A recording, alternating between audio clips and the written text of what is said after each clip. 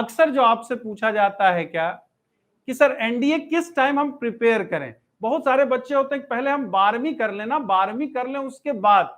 लेकिन वो तरीका कि 5-6 महीना में आप नहीं कर सकते हो, क्योंकि 11th एकेडमिक स्टडी बिल्कुल अलग हो जाता है, कॉम्पिटिटिव स्टडी बिल्कुल अलग हो जाता है आपका। चीजें वही है, फार्मूला कोई चेंज नहीं होता, फार्मूला सारा वही रहता है आपका। बस क्या होता है, क्वेश्चन सॉल्व करने का पैटर्न चेंज हो जाता है आपका। वहां पे एकेडमिक में आपको नेगेटिव मार्किंग नहीं होती है, और यहां पे आपका क्या है, नेगेटिव मार्किंग है। और नेगेटिव मार्किंग से आप तभी बच सकते हो जब टू द पॉइंट आपको चीजें पता हो। हर लाइन से ऑब्जेक्टिव क्वेश्चंस में हर लाइन से क्वेश्चंस बनता, तो जब तक आप डिटेल से कॉन्सेप्चुअल नहीं पढ़े रहोगे तब तक आपको प्रॉब्लम्स रहेगी ही रहेगी। तो सही तरीका, अक्सर जो सोचते हैं कि 10th पास करते हैं तो 11th में जा रहे हैं, तो first year is rest year. Board exam तो हमें 12th में देना है ना भाई, 11th में तो एग्जाम देना नहीं है हमें, एग्जाम तो हमें 12th में देना है जा करके।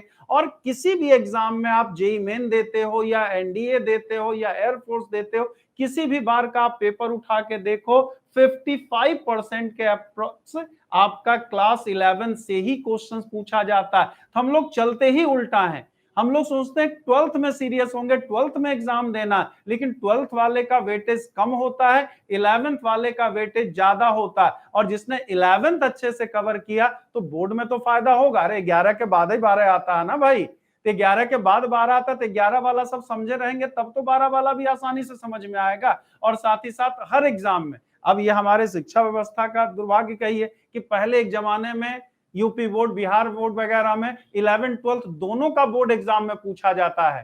तो 11th-12th दोनों का जब बोर्ड एग्जाम से पूछता था तो बोर्ड के लिए भी बच्चा दोनों पढ़ रहा होता था, दोनों पढ़ता था, तो उसको बोर्ड में तो फायदा, भले थोड़ा सा नंबर कम होता था, परसेंटेज उसका कम आता था कि कोर्स सिलेबस काफी लंबा हो जाता था, लेकिन स्ट्रॉन्ग उसकी बेस स्ट्रॉन्ग होती थी, कॉन्सेप्ट उसका क्लियर होता था। और अब क्या कर दिया, केवल 12वीं में बोर्ड एग्जाम में केवल 12वीं पूछता।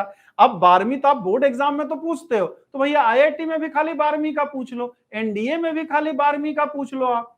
तो वहां आप बोर्ड में तो पैटर्न चेंज हो गया ऑल ओवर इंडिया, खाली 12th का आप पूछेंगे आप, लेकिन हर कंपटीशन में 11th-12th दोनों पूछा जाता है। तो वहां पे बच्चों को समस्या आ जाती है, यहाँ पे वहां पे बच्चों को समस्या आ जाती है। तो मेरी रिक्वेस्ट, जो भी एनडीए के लिए प्रिपेयर होना चाहते हैं, एनडीए एयरफोर्स मतलब डिफेंस फील्ड में किसी भी सेक्टर में आप जा रहे हैं, डिफेंस सेक्टर में किसी भी एग्जाम के थ्रू, तो 11th को अच्छे से कंप्लीट करना बहुत जरूरी होता है। अगर आपने 11th खाली अच्छे से कंप्लीट कर लिया, आप एनडीए के रिटर्न में आपको कोई माइका लाल रोक नहीं सकता है। अरे 35-37% पे तो सिलेक्शन हो जाता है, लेकिन आप चलते क्या हो, उल्टा चलते हो, 12th चलते हो। तो कहो सर 45 तो 12th में भी पूछता 45%, खाली 12वीं वाला कर लेंगे तो काम ना चलेगा। लेकिन भाई कैलकुलस 12th में है, ट्रिग्नोमेट्री 11th में है, अलजेब्रा 11th में है, कोऑर्डिनेट 11th में है, तो बिना इन तीनों के पढ़े कैलकुलस कहां से पढ़ेंगे हम।